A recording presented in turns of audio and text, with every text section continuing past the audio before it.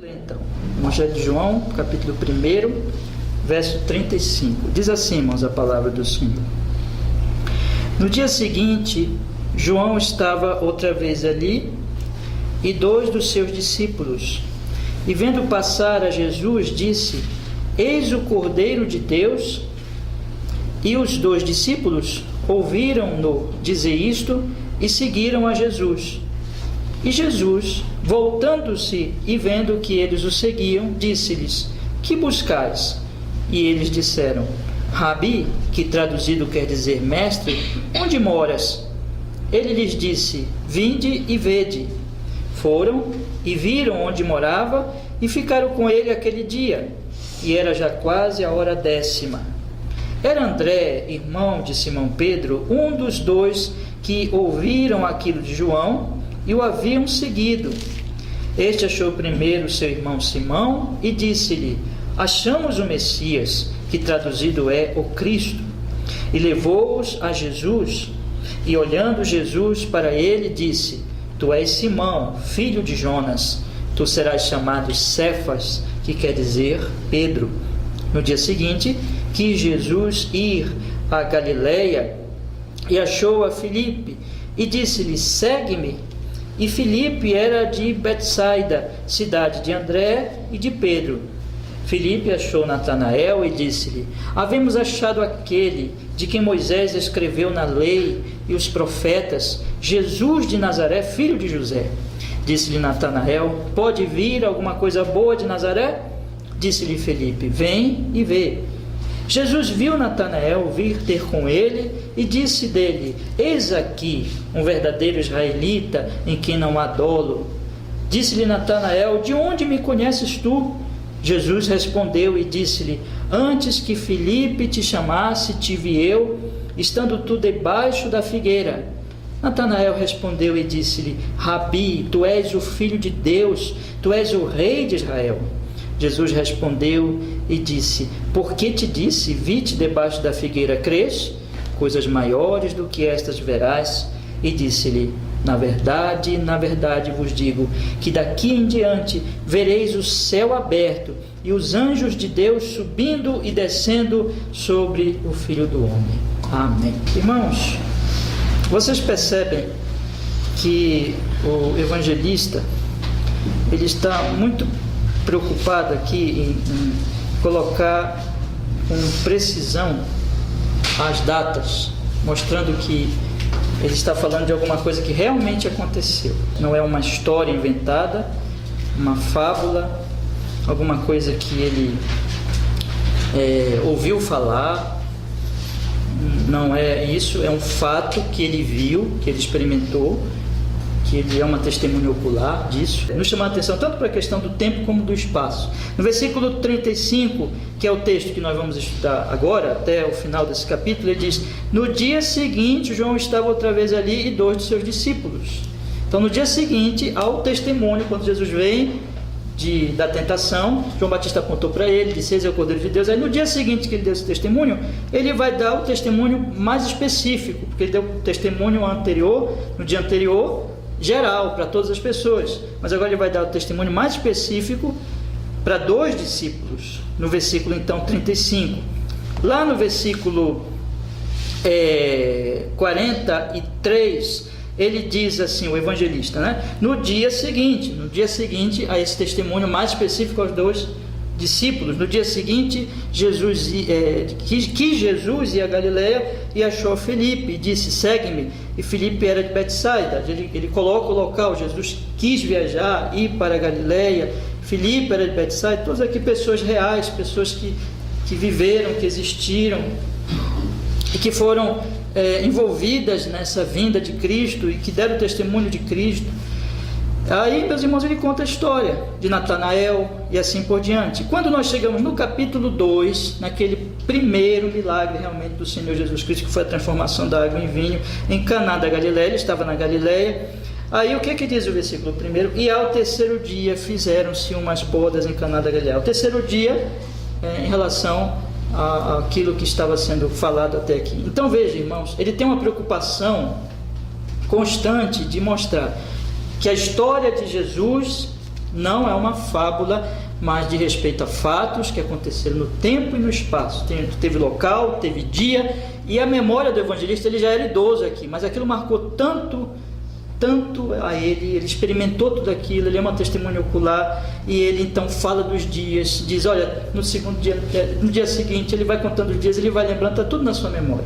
Então, uma testemunha ocular contando essa história, e todo o propósito dele, o assunto dele é Jesus, ele está falando de Jesus. Então ele fala, no prólogo, ele apresenta Cristo, o verbo encarnado, ele começa a falar de João Batista contando a história, e a história vai se desencadeando, vai correndo nos dias, e ele está querendo realmente mostrar isso. Esse Jesus veio ao mundo, esse Jesus se encarnou, ele está contando a história que ele fala lá no versículo 14, ele diz, e o verbo se fez carne e habitou entre nós, esteve conosco, e vimos a sua glória, a glória como unigênito Pai, cheio de graça e de verdade. Esteve entre nós, nós vimos, nós experimentamos, nós tivemos contato com ele, nós observamos nele a glória do unigênito do Pai, vindo do Pai, cheio de graça, cheio de verdade. Nós somos testemunhas oculares. Ele está fazendo isso o tempo todo no Evangelho, ele está contando essa visão deles, essa revelação de Cristo como o verbo que se fez carne, contando, meus irmãos, a experiência deles, dessa visão que nós sabemos que não é uma visão simplesmente assim, como eu estou vendo vocês, uma visão física, porque muitos também viram, mas não viram a glória, mas eles viram pela fé, eles compreenderam que aquele homem era um homem diferente dos outros, não era apenas homem, mas era o Deus encarnado. Ele está então como uma testemunha ocular, falando de tudo isso, de Cristo, estabelecendo datas, colocando no tempo, estabelecendo locais e dizendo, isso aconteceu, minha gente. Isso não é uma história inventada, isso realmente ocorreu, e vocês devem acreditar nisso, se vocês quiserem ter vida eterna, porque isso não é um evento qualquer, é o maior evento da história.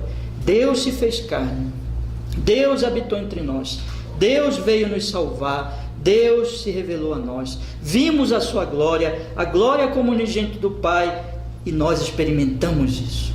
Então ele está falando de experiência dele, e é isso que ele faz agora, irmãos, quando ele começa a falar do testemunho que chegou a ele. É a opinião de vários comentaristas, e eu concordo. João não cita nem o nome dele, e nem, algumas vezes ele se põe aqui como oculto, né? E esses dois discípulos do versículo 35, que o João Batista testemunha, bem provavelmente o primeiro é André, né? Como a história vai contar aí no versículo 35, ele diz, e no dia seguinte João estava outra vez ali, dois dos seus discípulos, né? Lá no versículo 40 mostra quem é um deles, pelo menos, que diz assim, era André, irmão de Simão Pedro, um dos dois que ouviram aquilo que João o havia seguido. Mas é bem provável que o outro era o próprio João, o evangelista, que escreveu essa história. Ele está então começando a falar de que esse testemunho chegou aos primeiros discípulos, aqueles que se tornaram apóstolos de Cristo, aqueles que estavam sempre com o Senhor Jesus Cristo. Ele está contando essa história, relatando, vimos a sua glória, nós experimentamos isso. Então ele estava inserido aqui, é bem provável, podemos dizer mesmo com certeza, que João é esse outro discípulo que foi indicado, que recebeu o testemunho de João Batista, quando João Batista diz, olha, lá está o Cordeiro de Deus, que tira o pecado do mundo. E o que nós aprendemos então aqui, em primeiro lugar, meus irmãos, é que João, o evangelista, ele está querendo estabelecer e mostrar a verdade desse testemunho, de que essas pessoas experimentaram isso, viram a glória de Cristo como unigênito do Pai, para despertar a nossa fé, para dizer, olha, isso aqui não é uma fábula, isso é uma verdade que nós experimentamos, nós vimos.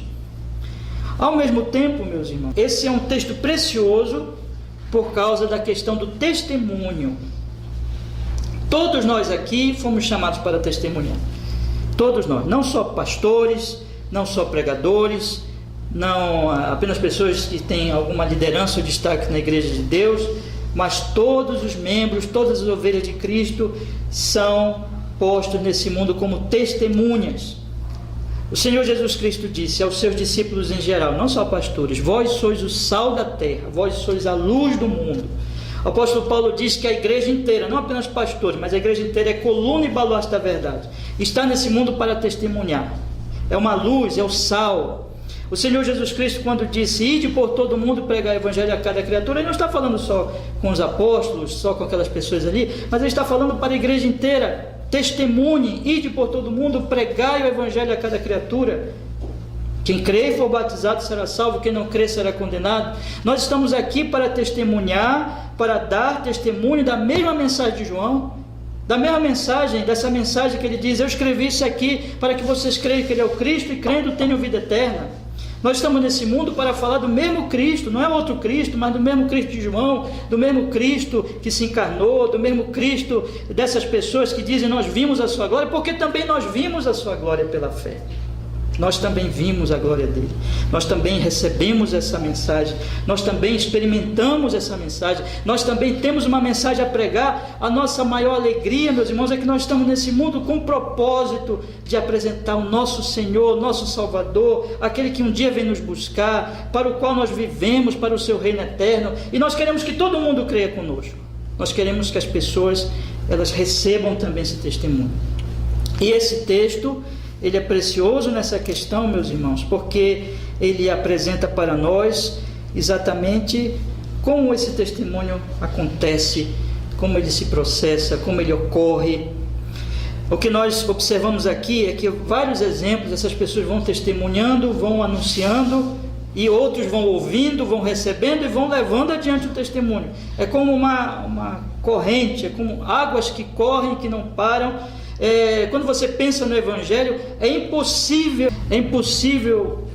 você encobrir a luz, é impossível você impedir o testemunho do Evangelho na vida de alguém que realmente recebeu, que realmente crê nesse testemunho. A vida dele o mostrará, as palavras dele o demonstrarão, ele vai começar a mostrar na sua vida e ele vai sentir aquele desejo de anunciar o Evangelho e de mostrar o Evangelho às outras pessoas.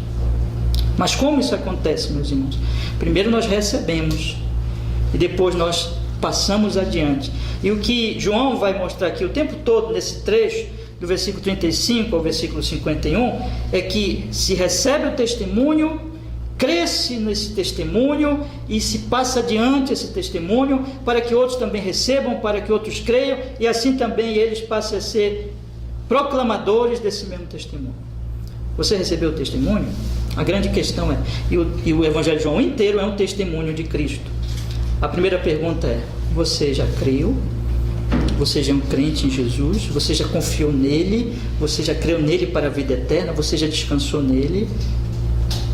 Porque você não pode jamais anunciar um Cristo que você não crê, um Cristo que você não recebeu ainda, um Cristo que você não crê ainda no seu testemunho. Então você não poderá jamais, antes de receber esse testemunho, antes de crer nesse testemunho, você não poderá jamais passar adiante o testemunho. Primeiro você tem que receber, e todo o Evangelho de João é um anúncio do testemunho. Você já creu em Cristo para a vida eterna? A primeira grande pergunta, que tem a ver com o propósito realmente de todo o texto. A segunda grande pergunta é, você tem testemunhado? E como você tem testemunhado? Como é o seu testemunho? Há muita coisa, meus irmãos, que se chama de testemunho hoje, mesmo na igreja, nas igrejas evangélicas. Há muita coisa aqui no meio do cristianismo normal, ordinário, no nosso país, que se chama de evangelização, que se chama de testemunho, mas que não é testemunho e que não corresponde a isso que o Evangelho de João vai mostrar aqui. Não corresponde. Esse aqui é um texto interessante, é um texto assim, é um caso, ou são vários casos, na verdade, aqui que ele apresenta, e eu gostaria assim de fazer uma espécie de estudo de casos, né? Estudar um pouco com vocês aqui esses casos e o que aconteceu aqui, para que nós pudéssemos, irmãos, meditar e refletir e aplicar na nossa vida. Vamos fazer isso então. Diz assim a Sagrada Escritura: no dia seguinte, João estava outra vez ali e 2 dos seus discípulos, e vendo passar Jesus, disse: eis o Cordeiro de Deus, eis o Cordeiro de Deus. É uma repetição do testemunho que ele tinha dado anteriormente. Vamos olhar, meus irmãos, lá para o verso 29. Ele diz no verso 29, aqui ele fala assim: no dia seguinte João viu a Jesus que vinha para ele, e disse: eis o Cordeiro de Deus que tira o pecado do mundo. É o mesmo testemunho, só que mais resumido, né? No versículo 35 ele simplesmente diz: no dia seguinte João estava outra vez ali e 2 de seus discípulos, e vendo passar Jesus disse: eis aqui o Cordeiro de Deus. Não diz o Cordeiro de Deus que tira o pecado do mundo, mas é a mesma coisa. Ele é o Cordeiro de Deus. Já mostramos semana passada. O que João Batista quer dizer sobre isso? Uns vão dizer: ele está falando de Isaías, que fala do Cordeiro que seria morto. Ele está falando do Cordeiro da Páscoa, que foi morto e que era sempre morto. Ele está falando dos cordeiros que eram oferecidos diariamente. Mas eu fico com aqueles que dizem assim: não precisamos fazer uma opção. Todos esses cordeiros apontam para Cristo, que seria sacrificado, o sangue seria derramado. Ontem eu até disse na aula, na Spurgeon, que se você olha para o Antigo Testamento, é sangue para todo lado. Sangue, sangue, sangue. Por que essa coisa de sangue? Porque o sangue desse cordeiro tinha que ser derramado, porque ele tinha que morrer, porque ele tinha que ser sacrificado, porque ele tinha que levar os pecados do mundo, dos eleitos do mundo inteiro, porque ele tinha que tirar os pecados. Nosso grande problema é o pecado. Então o testemunho de João é como precursor: olhem para ele, ele é o Cordeiro de Deus que tira o pecado do mundo. Mas a diferença, irmãos, do verso 29 para o verso 35, é que no verso 29, João Batista dá um testemunho geral. Ele é um profeta, ele é um pregador. Eu queria chamar a atenção dos meus irmãos para isso, né? Você tem pregadores ao longo da história bíblica. Os profetas do Antigo Testamento eram pregadores. Noé era um pregador, nós podemos dizer, e todos os profetas do Antigo Testamento eram pregadores. Quando você chega a João Batista, o precursor de Cristo, João Batista é pregador. Quando você olha para Cristo, Cristo é um pregador também. Quando você olha para os apóstolos eram pregadores. Quando você estuda a história da igreja, você vai ver que Deus tem usado a pregação, e Deus sempre levanta pregadores para anunciar o Evangelho. Então, pregadores são homens escolhidos por Deus para anunciar a mensagem a muitas pessoas de uma vez. Eles anunciam, eles pregam, muitas vezes para multidões. Deus tem um propósito para cada um. Nós temos Cristo pregou para multidões, foi o maior de todos os pregadores, evidentemente, ele é o Filho de Deus. Os apóstolos pregaram para muitas pessoas. Ao longo da história, alguns homens foram destacados pregando para multidões, sem uso, irmãos, dos recursos que nós temos hoje, a grandes plateias, muitas vezes locais abertos. Deus tem usado assim, irmãos. A pregação da palavra é importantíssima, é fundamental para o anúncio do Evangelho de Cristo. E uma coisa que eu quero muito dizer sempre aos irmãos: orem pelas pessoas, orem pelos seus familiares e convide-os para ouvir a pregação. Convide os seus amigos, especialmente, por exemplo, irmãos, essas exposições de domingo à noite. Eu peço para os irmãos orarem, eu peço para os irmãos pedirem que Deus nos abençoe, que Ele revele a sua verdade por todo esse estudo do Evangelho de João. Se Deus me der vida e graça, eu quero pregar todo o Novo Testamento ao longo, até eu ficar bem velhinho, me aposentar, eu preguei tudinho no Novo Testamento. Mas orem por isso, se Deus nos der vida e graça, e orem pelos seus familiares, e chamem as pessoas para ouvir a pregação da palavra. Mas deixa eu falar uma coisa para vocês, irmãos, que Deus também usa o testemunho pessoal. Você observa aqui no versículo 29 que João Batista está falando para muitas pessoas. Ele diz no versículo 29, diz assim: no dia seguinte João viu a Jesus que vinha para ele e disse: eis o Cordeiro de Deus que tira o pecado do mundo. Ele está falando para muita gente. Ele está falando ali, ele está batizando as pessoas. Ele batizava, como nós conhecemos, muita gente vinha, os evangelhos testificam que muita gente vinha para o batismo, e João Batista está aqui falando, com certeza para uma grande plateia. Jesus estava vindo, vem o Cordeiro, está vindo o Cordeiro de Deus que tira o pecado do mundo, creiam nele. Ele está aqui como pregador.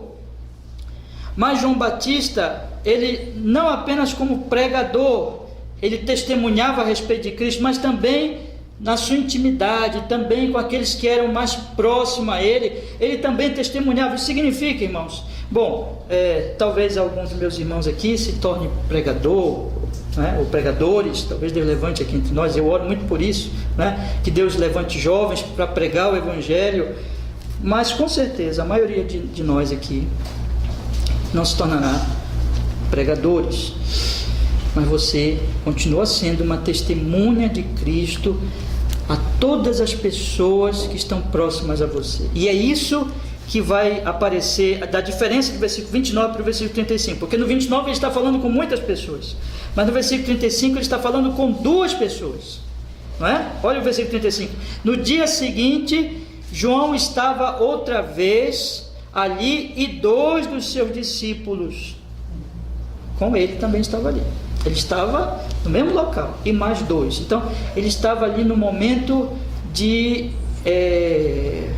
em que somente 3 pessoas estavam ali, numa conversa, num diálogo, numa comunhão ali, e de repente, diferente do versículo 29, que Jesus estava vindo da tentação para João Batista, mas aqui no versículo 34, Jesus está indo para a sua casa, o que fica evidente no contexto, não é?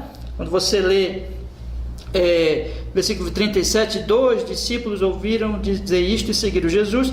Jesus, voltando e vendo que eles o seguiam, disse: que buscais? Eles disseram: Rabi, que traduzido quer dizer mestre, onde moras? E lhes disse: vinde e vede. Então Jesus, quando o versículo 35 diz: no dia seguinte João estava outra vez ali, 2 de seus discípulos, e vendo passar Jesus, ele está vendo Jesus indo para a sua casa. Jesus está indo para a sua morada, para a sua casa, e ele vê Jesus e aponta. Ele tem 2 pessoas perto dele, e ele aponta e diz o quê? Olha, lá está, eis aí, vocês estão vendo aquele homem ali? Estão vendo aquele homem andar ali?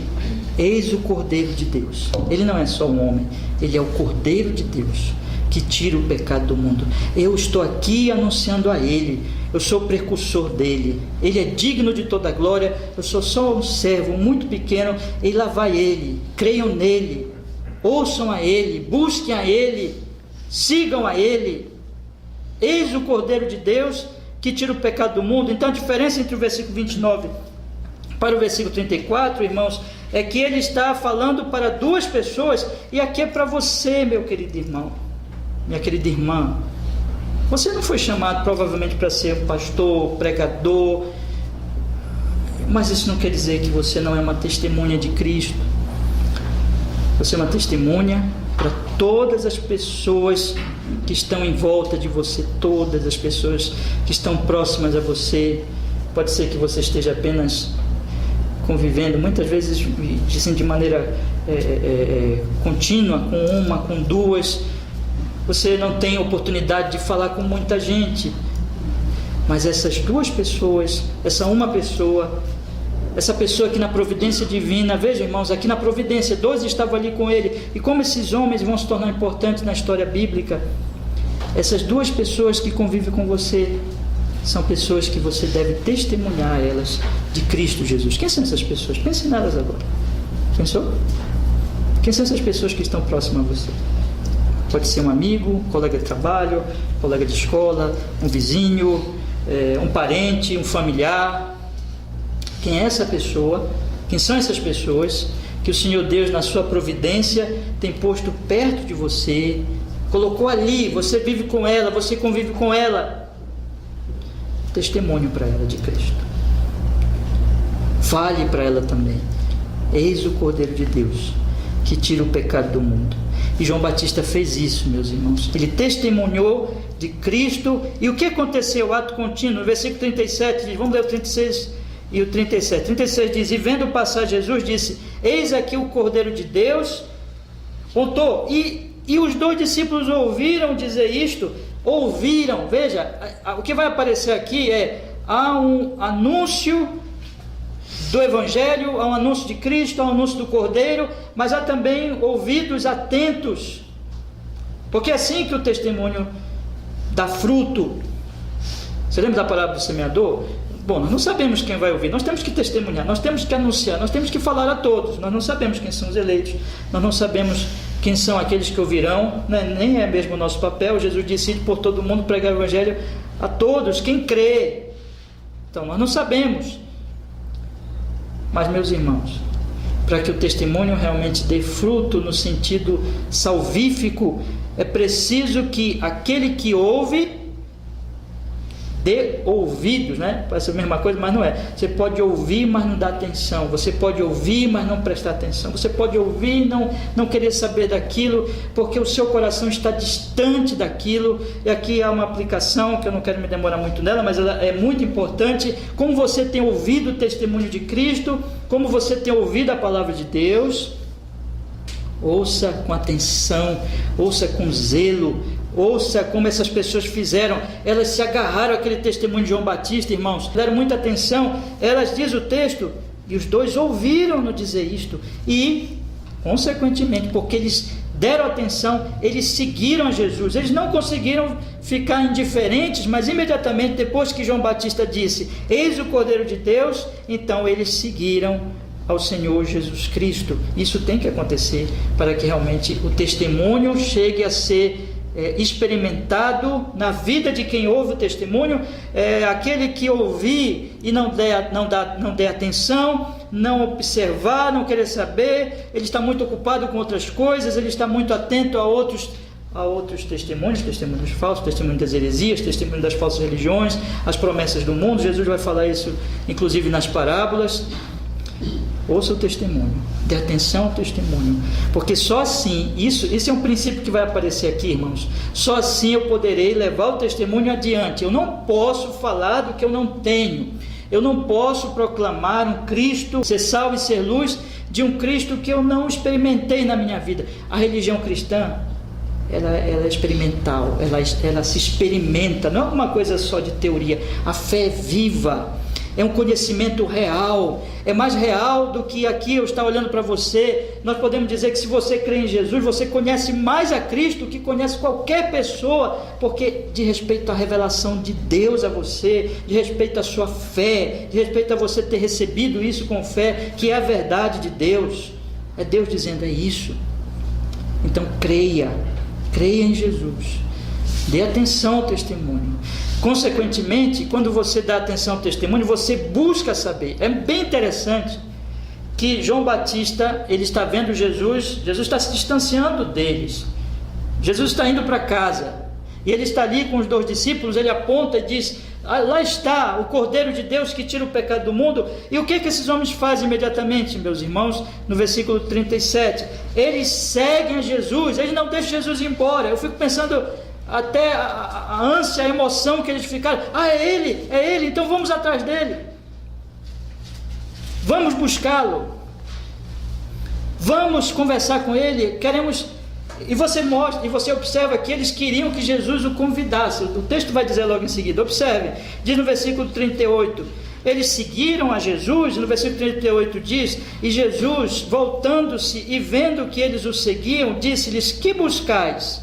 O que vocês querem? Qual é o interesse de vocês? O que vocês querem afinal? E eles disseram: Rabi. Rabi do aramaico, mestre, vai ser traduzido aqui, o João vai traduzir para o hebraico, para o grego. Então diz Rabi, que traduzido quer dizer mestre. Rabi, ou mestre, eram aqueles mestres, professores da lei, e eles, por respeito, quando eles chegam perto de Cristo, eles chamam Jesus de Rabi, de mestre, por respeito ao nosso Senhor. Então eles dizem: Rabi, que traduzido quer dizer mestre, onde o Senhor mora? Onde moras? Eles estavam se convidando, irmãos, entendeu? Senhor, nós queremos conversar com o Senhor, e queremos fazer isso num local mais, o quê? Mais tranquilo, mais isolado. Queremos saber quem é o Senhor. Irmãos, eles estavam com uma vontade imensa, loucos mesmo, né? No sentido, loucos de conhecer essa pessoa, com desejo enorme de saber quem é Ele. Então eles estão se convidando: onde mora, Senhor? E o Senhor Jesus, eles ficam, irmãos, eles recebem possivelmente um retorno de Cristo que eles não esperavam, né? E Jesus diz a eles: vinde e vede. Que bênção é isso, irmãos? Ele diz que ele nunca rejeita aquele que vem a ele para buscá-lo. Nós nunca devemos cansar de dizer a todos: você tem alguma dúvida sobre a sua salvação? Você tem alguma dúvida sobre a sua eternidade? Você tem alguma dúvida? Não fique com essa dúvida. Eu estou dizendo todos os domingos aos meus queridos aqui: Jesus é o Cordeiro que tira o pecado do mundo. Creia nele. Mas talvez você diga: quem é ele, pastor? Quem é ele? Faça como esses homens, busque a ele. Ele não está mais aqui andando entre nós, meus irmãos, mas nós devemos buscá-lo como? Devemos buscá-lo em oração, em clamor, lendo nossas Bíblias, meditando, clamando, suplicando, pedindo graça. Ó Deus, revela-te a mim, Senhor Jesus, eu quero te conhecer. Irmãos, esse anseio tem que estar em nós, se nós temos dúvida, e tem que continuar em nós, mesmo quando já somos crentes, mesmo quando já temos certeza de salvação. Já estudamos aqui sobre a certeza, vimos que ela vai crescendo, ela vai se desenvolvendo. Devemos continuar buscando como esses homens, irmãos. Se nós tivermos isso, que bênção será para a nossa alma se nós tivermos a mesma disposição de quando alguém disser: esse é Cristo, esse é o Cordeiro, nós corrermos a Ele, nós lutarmos por conhecê-lo. É aquilo que eu falei hoje de manhã: se você não orar, você não recebe. Se você não buscar, você não recebe. Que a sua fome, que a sua sede, lembra que Jesus disse: bem-aventurados que têm fome e sede de justiça. Vá, Jesus, largue a preguiça espiritual, largue o desânimo, não acredite quando o seu próprio coração disser: não tem mais jeito. Fale como salmista: porque estás abatido a minha alma, eu ainda verei a consolação, a graça, a promessa, meus irmãos, para aqueles que buscam a Cristo. Daqui a pouquinho nós vamos estudar Natanael, que ele era assim dolo, ele não tinha falsidade, mas daqui a pouquinho tem a ver com isso que eu estou falando agora. Mas, irmãos, eles vão atrás do Senhor Jesus, e Jesus não os rejeita, Jesus os convida, e eles ficam o dia inteiro com Jesus. Que dia bendito foi esse? E João, ele é um desses, eu tenho certeza, e ele está lembrando disso. Esse dia marcou a vida de João, esse que está escrevendo aqui. Ele lembra da data, ele lembra da hora. Olha o que ele diz aqui, irmãos. Ele diz assim: Jesus, voltando-se, vendo que eles o seguiam, diz o versículo 38, disse-lhes: que buscais? Eles disseram: Rabi, que traduzido quer dizer mestre, onde moras?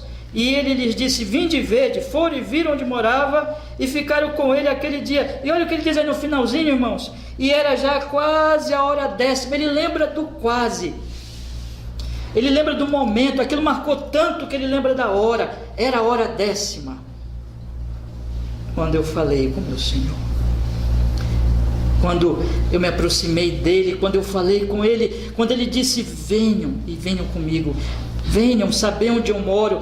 Aquilo ficou marcado na vida de João, aquilo mudou a vida dele, porque Cristo é o Cordeiro de Deus, é o Deus revelado, é a verdade, é o caminho.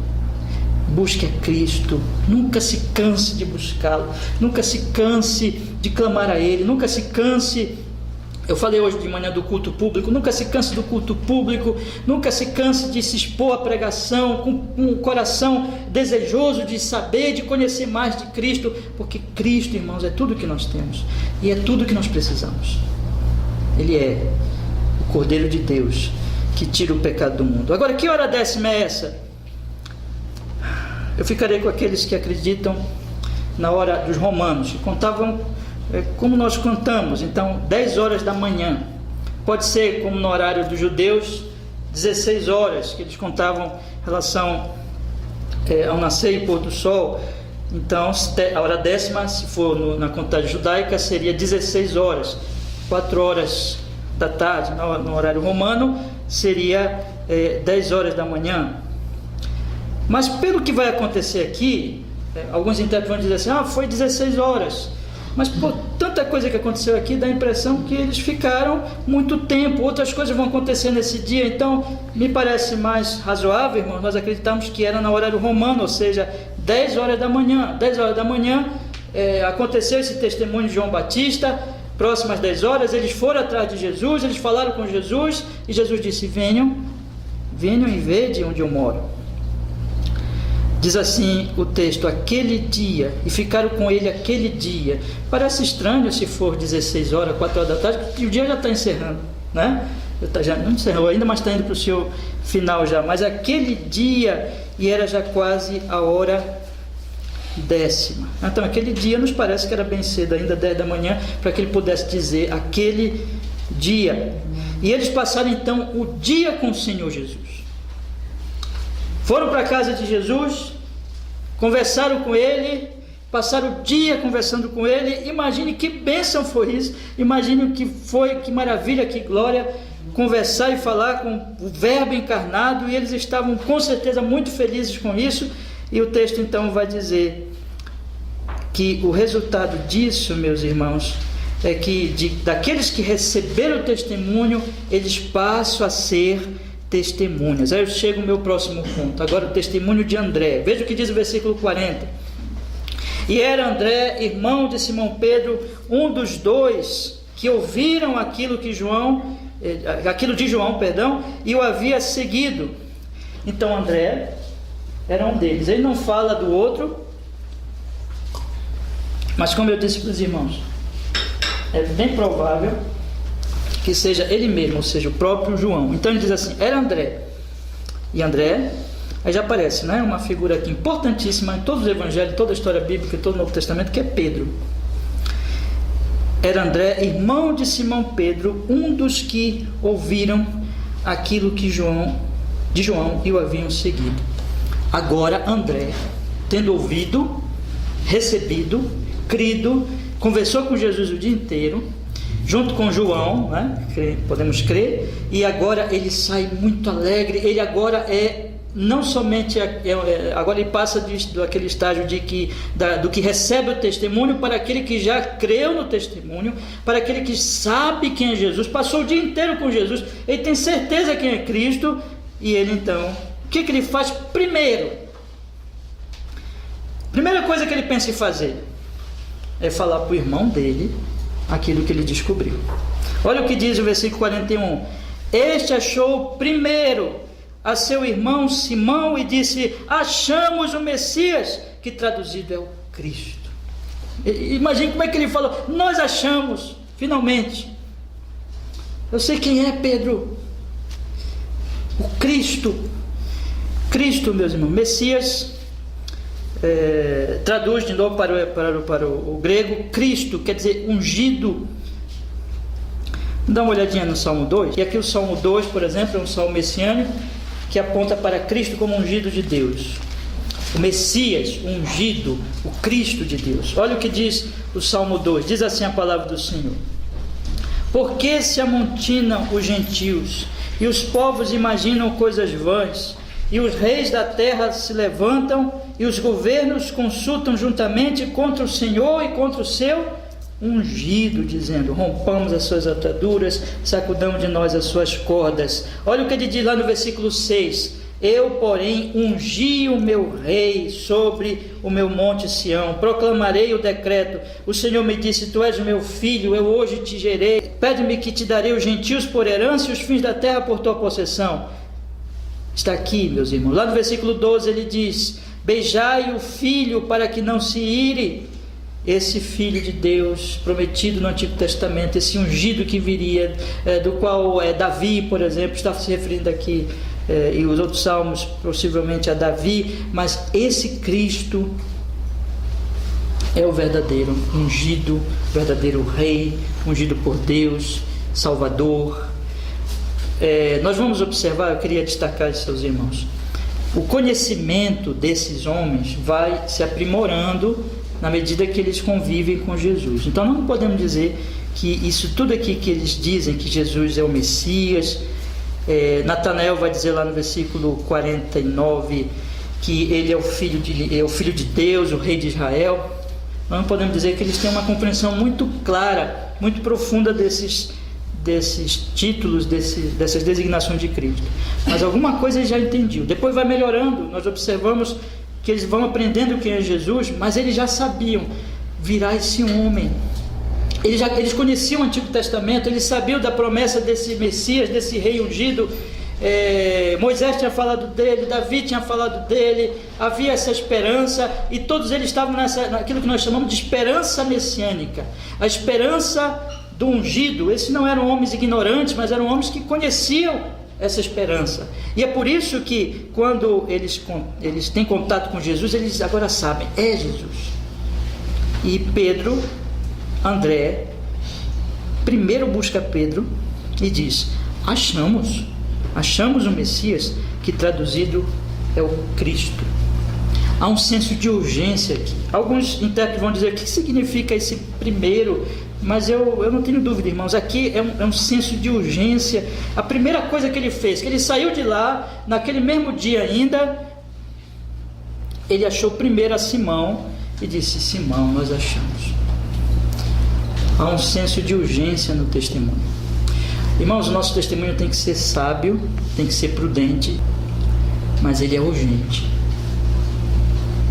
Nós precisamos, com urgência, anunciar Cristo às pessoas que estão em volta de nós.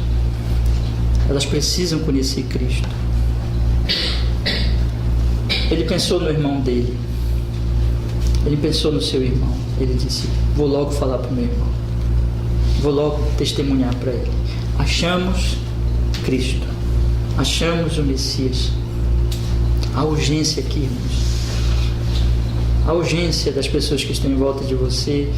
Vê em você uma testemunha de que você leve a eles Cristo, com sabedoria, com oração, com prudência, mas a urgência, meus irmãos. E o texto continua, e diz aqui: e levou a Jesus.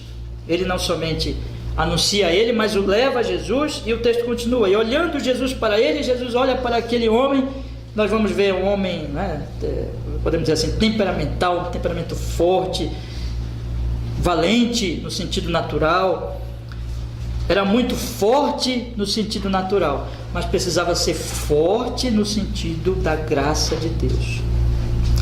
Esse homem, com toda a sua força, depois vai negar Cristo diante de pessoas simples.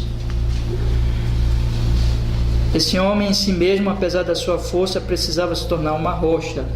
E Jesus olha para ele e muda o nome dele. Olha o que ele diz no versículo 42. Levou Jesus, Jesus olha para ele, como que o analisando, como que examinando a Pedro. E o que é que diz? Tu és Simão, filho de Jonas. Tu serás chamado Cefas, que quer dizer Pedro. Cefas no aramaico, Pedro no grego. Tu serás chamado pedra, rocha. Esse nome significa rocha. Pedro era muito forte carnalmente. Ele precisa ser forte, precisa ser uma rocha pela graça de Deus. Pedro era um apóstolo. Ele precisa ser firme, ser forte para aguentar as perseguições, para aguentar o que vinha. E era Deus. Aqui é como Jesus profetizando e dizendo e decretando e declarando que Deus tinha um propósito de Pedro, de pela graça torná-lo essa rocha firme. Irmãos, aqui nós observamos a soberania de Deus. O nosso trabalho é testemunhar com urgência, com sabedoria. Nosso trabalho é levar as pessoas a Cristo, mas quem opera a graça, quem transforma, vamos aplicar aqui, em rochas, quem opera a sua graça é o próprio Cristo. Não fique muito preocupado se seu testemunho não está dando muito fruto. Isso pode ser só aparência, mas de qualquer maneira, o meu trabalho, o seu trabalho não é converter pessoas. Nosso trabalho é testemunhar. Você lembra que Jesus diz, voltando à grande comissão novamente: ide por todo mundo e pregai o Evangelho. Jesus não diz ide por todo mundo e converter as pessoas, diz? Não. Ide por todo mundo, pregai o Evangelho. Aí ele diz: quem crê e for batizado será salvo. Isso não pertence a nós, meus irmãos. Não fique triste, meu querido irmão, quando aparentemente o seu testemunho não dá muito resultado, porque não importa você, o que importa é Deus. Nosso problema não está, nossa questão não são os números, nossa questão não é quantos vão se converter, a nossa questão é testemunha. Eu quero incentivar muito a você, não desanime. Quando nós entendemos que é Deus que faz a obra, meu trabalho é apenas testemunhar, apenas anunciar o Evangelho. É o Espírito Santo que convence. É o Espírito Santo que olha para um homem, para uma mulher e diz: esse eu vou mudar o teu nome, eu vou operar graça, eu vou te fazer uma rocha. É o Senhor que faz isso. Nós temos que apenas anunciar o Evangelho. Nunca desanime. Não desanime de sua família, não desanime de seus vizinhos, não desanime dos seus colegas de trabalho, não desanime das pessoas em volta de você. Não desanime se elas fazem ouvidos surdos, se elas não dão atenção, se elas não querem saber. Não desanime. Continue orando, continue clamando por elas, continue suplicando a Deus, continue testemunhando, dê um livro, ore por ela, converse com ela, sempre digo, com sabedoria, com prudência. Fale de Cristo a elas. Nunca desista e nunca desanime, porque, meu querido irmão, o Senhor chamará os seus no tempo certo. Nosso trabalho não é converter, nosso trabalho é testemunhar. Quem converte, quem dá um novo nascimento, quem transforma pela graça, é o nosso Senhor Salvador Jesus Cristo. É o Espírito Santo, é o Espírito de Cristo que transforma e que chama. E o Senhor então olha e diz: tu serás Pedro. Aí veja, irmãos, nós temos aqui então nosso próximo ponto, no versículo 43. No dia seguinte quis Jesus ir a Galileia e achou Filipe e disse-lhe: segue-me. Filipe era de Betsaida, cidade de André e de Pedro. Então Jesus decide, e repito, veja, observe que eu disse desde a introdução, ele está colocando no tempo e no espaço. No dia seguinte, fala que ele vai para Galileia, e ele coloca que Filipe, ele encontra Filipe, ele acha Filipe, e ele diz para Filipe, aqui é o próprio Cristo chamando Filipe para segui-lo: segue-me, Filipe. E Filipe segue a Cristo. Mas é interessante que no versículo 44 diz: e Filipe era de Betsaida, cidade de quem, irmãos?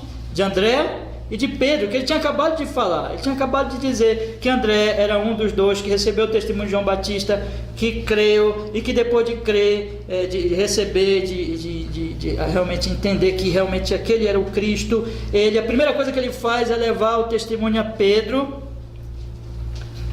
E no dia seguinte Jesus parte para Galileia, acha Filipe e diz: segue-me. Por que será que ele coloca aqui no versículo 44 que Filipe era da cidade de Pedro, de André?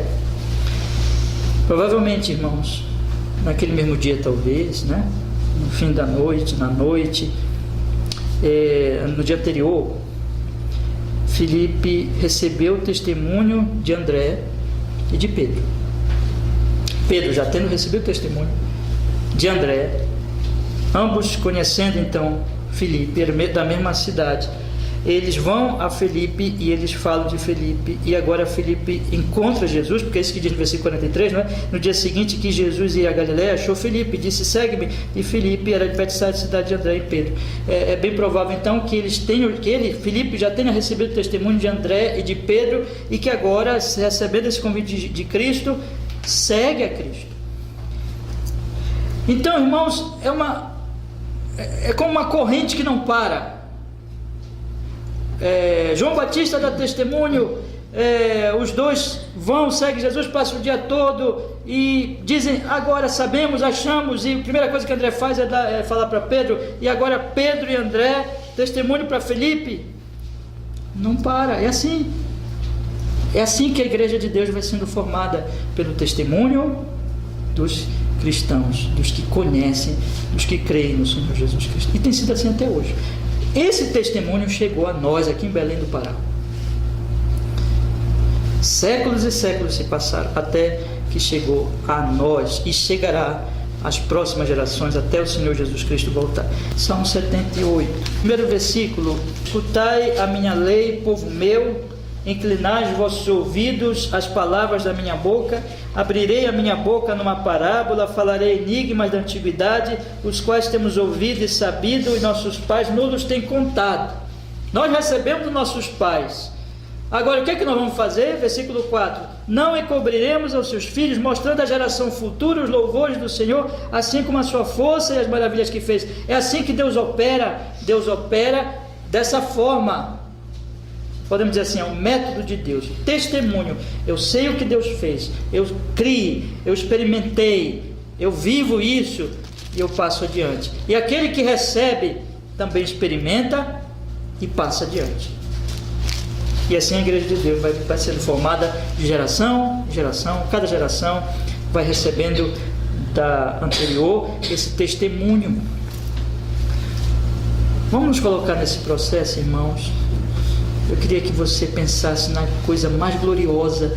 Que privilégio nós temos de estarmos nessa vamos dizer assim, nesse mar da graça, onde estamos ali, vendo onda após onda chegar e bater na praia, e nunca para essa obra de anúncio do Evangelho, onda sobre onda, passando de pessoa para pessoa, de geração em geração, chegando a nós, que nós possamos hoje à noite nos colocar e dizer: Senhor Deus, me usa, Senhor, nesse testemunho.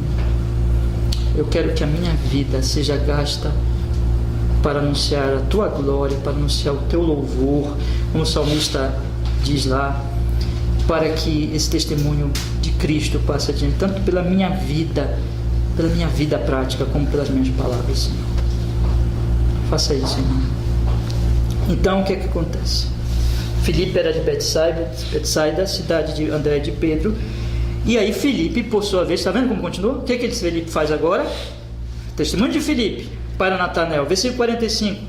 Filipe achou Natanael e disse-lhe: havemos achado, aquele de quem Moisés escreveu na lei e os profetas, Jesus de Nazaré, filho de José.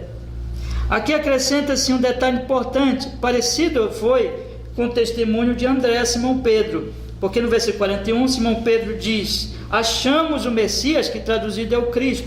Assim também Filipe diz a Natanael: havemos achado. Só que agora ele acrescenta um detalhe importante, aquele de quem Moisés escreveu na lei e os profetas, Jesus de Nazaré, filho de José.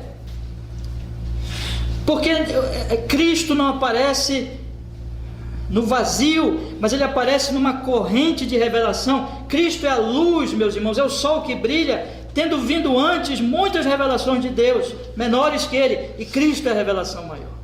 Mas tudo que veio antes, como nós já estudamos em Hebreus, aponta para ele, todo o Antigo Testamento aponta para ele, e Filipe, conhecedor do Antigo Testamento, fala a Natanael, outro conhecedor do Antigo Testamento, e diz: nós achamos. Você não sabe, Natanael, que Moisés tinha falado do Messias, que ele escreveu na lei? Você não lembra que os profetas tinham falado? Pois bem, nós achamos esse homem que está por todo o Antigo Testamento, e ele é um homem específico, é Jesus de Nazaré, filho de José. Legalmente filho de José. Nós sabemos que do nascimento virginal de Cristo, aqui não nega isso, mas legalmente filho de José. Jesus de Nazaré, filho de José, ele prometido por todo o Antigo Testamento. Isso significa que o nosso testemunho, ele tem que ser, aqui uma aplicação, ele tem que ser bíblico. O testemunho real, fiel da pessoa de Cristo não é no vácuo, não é no vazio, não é de acordo com as nossas ideias, não é de acordo com o pensamento de alguém. Nós pregamos, irmãos, o Cristo da Bíblia. Nós pregamos o Cristo do Antigo Testamento, o Cristo do Novo Testamento, o Cristo das Escrituras. Esse é o verdadeiro Cristo. Esse é o Cristo que está por todo o Antigo Testamento, que vai sendo revelado progressivamente até que o Verbo se fez carne e habitou entre nós e vimos a sua glória. Então Filipe diz a Natanael: Natanael, achamos Jesus. Eu conheci um irmão que ele me falou de um método que ele tem usado de apresentar o Evangelho estudando com as pessoas desde o Gênesis. É bem interessante. Mas é bem interessante, irmãos, e até deixo um incentivo para os irmãos. Alguém aceita que você estude a Bíblia? Eu conheço um querido irmão que faz isso. Ele se aproxima das pessoas, ele vê que a pessoa tem interesse, ele começa a estudar a Bíblia com a pessoa, ele testemunha Cristo assim? Aqui está um método bíblico, irmãos. Alguém dos seus próximos que está aberto a isso, que gostaria de estudar a Bíblia com você? Você tem já conhecimento da Escritura, você já conhece a Escritura, por isso que nós temos que conhecer, né? Então, sente com ele, comece a estudar. Por exemplo, estude o Evangelho de João com ele. Ou estude Gênesis, estude um livro que você já tem habilidade e aponte Cristo para ele. Cristo está nas Escrituras. É por isso que nós fazemos exposição da Bíblia, porque nós acreditamos que na medida que nós pregamos a Bíblia, nós pregamos Cristo. Na medida que você prega a Escritura, você prega Cristo, porque Cristo está por toda a Escritura. E aqui está, meus irmãos, um método divino. Primeiro ponto, fale de Cristo conforme a Escritura. Segundo, faça isso, aplique isso. Você pode estudar a Bíblia com alguém. Alguém aceita? Sente com ele, estude a Bíblia com ele. Há pessoas que aceitarão, que estão até sedentas, que estão indo por religiões, estão se perdendo em religiões que ensinam heresias, que torcem as Escrituras. Deus, na providência, põe muitas vezes você. Sente com ele, ele aceita? Sente com ele, estude a Bíblia. Ensine a Escritura e deixe, meus irmãos, o Espírito Santo operar. E aí o texto continua. Agora vejam a resposta de Natanael. Natanael foi preconceituoso. Ele diz assim no versículo 46: disse-lhe Natanael: pode vir alguma coisa boa de Nazaré? Aí os intérpretes vão se dividir um pouco aqui, mas podemos imaginar o seguinte: Nazaré não tinha uma boa reputação ali com os galileus, era visto como uma cidade, não sabemos porquê, mas eles viam uma cidade que não vinha nada de bom dali, né? Nós sabemos de preconceitos até hoje no nosso tempo, entre uma cidade e outra, né? Entre uma capital e outra capital, essas coisas que existem, bobagem dos seres humanos, olhando com preconceito porque o fulano mora em outra cidade e assim por diante. Essas coisas sempre existiram e Natanael se mostra aqui preconceituoso. Ele diz: pode haver alguma coisa boa de Nazaré? Foi diferente de Natanael. Os outros receberam logo, mas Natanael ficou ali. Vem alguma coisa boa de Nazaré? Aí o que Felipe responde? Felipe responde como nós devemos responder: vem e vê. Vem e vê. Venha constatar. Irmãos, não discuta com ninguém. Nós vamos encontrar as pessoas que, sinceras, elas estão em busca. Natanael não era, Jesus vai dizer, ele não tem dolo, ele não tem fraude, ele é sincero, mas apesar disso ele tinha um preconceito. Então nós vamos encontrar pessoas sinceras, pessoas que depois vão crer, mas que quando você fala vai dizer assim: mas vem alguma coisa boa disso aí? Nós vemos tempos difíceis onde há pastores, pregadores falsos, gananciosos, que gostam de dinheiro, avarentos, que difamam os outros. Muitas vezes quando você vai falar, alguém pode dizer: mas você vem me falar de pastores, você vem me falar de igreja, você acredita nisso? O que você deve dizer? Vem ver. Venha. Não discuta. Deixe com o Espírito Santo. Faça o convite. Deixe aberto o convite e diga: vem e vê. E ele falou: vem e vê. Agora Natanael era um homem sincero. Ele foi ver. E aqui nós chegamos no nosso último ponto, meus irmãos. Jesus, versículo 46, disse Natanael, então, sim, finalzinho, vem e vê. E aí no versículo 47, Natanael foi a Jesus. Jesus viu Natanael vir com ele e disse dele: eis aqui um verdadeiro israelita em quem não há dolo.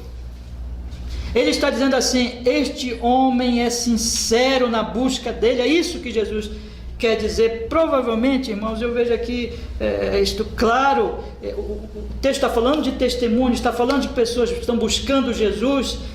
Esse dolo aqui não é simplesmente que Natanael não fraudava, não enganava. Sim, ele era um homem honesto, ele era um homem honrado, ele não enganava os outros, mas é mais que isso. Significa que ele tinha uma sinceridade.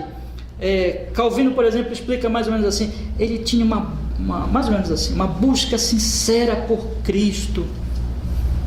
Ele era diferente dos outros judeus, que faziam de contas que amavam Deus, amavam a lei, mas que quando Cristo se revelou, o que eles fizeram? Eles não aceitavam, porque eles eram insinceros, eles não eram sinceros, eles eram fraudulentos, eles amavam a mentira, eles amavam o pecado. Natanael não. É aquilo que eu falei, irmãos. Busque com sinceridade a Cristo. Não seja como Natanael. Jesus diz: aqui está o verdadeiro israelita, né? E Jesus está falando da eleição também. Esse é o verdadeiro israelita. Quem são os israelitas? Não são os que têm sangue de israelita, são os crentes. Ele está falando, o crente como Abraão, crê, está buscando sinceramente. E Natanael era assim. Aí Natanael fica surpreso e diz: bom, aquele homem que eu nunca vi, nunca conversei, agora fala isso de mim. Olha o que ele diz no versículo 48. Disse Natanael: de onde me conheces tu? Aí Jesus responde e disse-lhe: antes que Filipe te chamasse, te vi eu, estando tu debaixo da figueira. Antes que ele te chamasse, eu já te vi, Natanael. Eu vejo tudo, eu conheço tudo, eu sou Deus. Esse aqui, debaixo da figueira, deve se referir a um momento, irmãos, esse episódio, esse acontecimento, em que Natanael estava sozinho, ninguém estava com ele, e ele estava ali, possivelmente, orando, clamando, na sua busca sincera por Deus, por Cristo, pela verdade. Só ele e Deus. Ninguém sabia, só Deus. Ninguém estava com ele ali, sozinho. Mas Cristo estava vendo Natanael. Ninguém via, mas Cristo via. Ninguém via a sinceridade dele, a busca dele, o clamor dele, a oração dele, mas Cristo via. E Cristo fala de uma coisa que ninguém sabia. Quando ele ouve aquilo, ele diz: Senhor, qual a resposta dele, irmãos? Rabi, tu és o Filho de Deus, tu és o Rei de Israel, tu és o ungido, tu és o Messias, tu és o Filho de Deus. Ele provavelmente não tinha conhecimento que João, o evangelista, já tinha aqui quando fala do Filho de Deus, mas algo sobre isso, de Jesus ser o Filho de Deus, ele já cria, ele já sabia do Messias, que seria o Filho de Deus, o Rei de Israel. Ele diz: és tu, Senhor, porque somente o Senhor poderia saber o que aconteceu comigo debaixo da figueira. Aí Jesus responde a ele: meus irmãos, porque te disse, vi-te debaixo da figueira, crês? Pois coisas maiores do que esta verás. E disse-lhe: na verdade vos digo, que daqui em diante verei o céu aberto e os anjos de Deus subindo e descendo sobre o Filho do Homem. Ele diz assim: tu crês? Mas tu vai ver coisas maiores do que isso que eu estou te dizendo. O que verás? Aqui, meus irmãos, Cristo se refere a um episódio que aconteceu com Jacó. Gênesis capítulo 28, versículo 11. Aliás, quando Jesus fala que Natanael não tem dolo, ele está pensando em Jacó, porque Jacó, antes de se converter, era muito cheio de dolo, muito cheio de fraude. Mas olha o que Deus fez com Jacó. E chegou a um lugar onde passou a noite, porque já o sol era posto, e tomou uma das pedras daquele lugar e a pôs por seu travesseiro, deitou-se naquele lugar e sonhou, e eis uma escada posta na terra, cujo topo tocava nos céus, e eis que os anjos de Deus subiam e desciam por ela, e eis que o Senhor estava em cima dela, e disse: eu sou o Senhor Deus de Abraão, teu pai, Deus de Isaque. Esta terra que estás deitado darei a ti e a tua descendência. Ele viu, irmão, Jacó viu uma escada que subia até o céu, cujo topo estava nos céus, e os anjos desciam. Agora, olha o que Jesus Cristo diz aqui. Vamos voltar para o Evangelho de João. Olha só, Jesus diz assim: na verdade, essa palavra na verdade vai aparecer no Evangelho como algo confirmado, como algo com certeza vai acontecer. Na verdade vos digo, verso 51, que daqui em diante vereis o céu aberto e os anjos subindo e descendo sobre quem? Sobre o Filho do Homem. O que Jacó viu no seu sonho? Ele viu uma escada e os anjos, uma escada que chegava no céu e os anjos subindo e descendo. Quem é a escada? O Filho do Homem. Jesus está dizendo: aquilo é um tipo de Cristo, aquilo é um tipo do Filho do Homem, aquilo é um tipo do Messias, aquilo é um tipo do homem que viria, do Salvador que viria.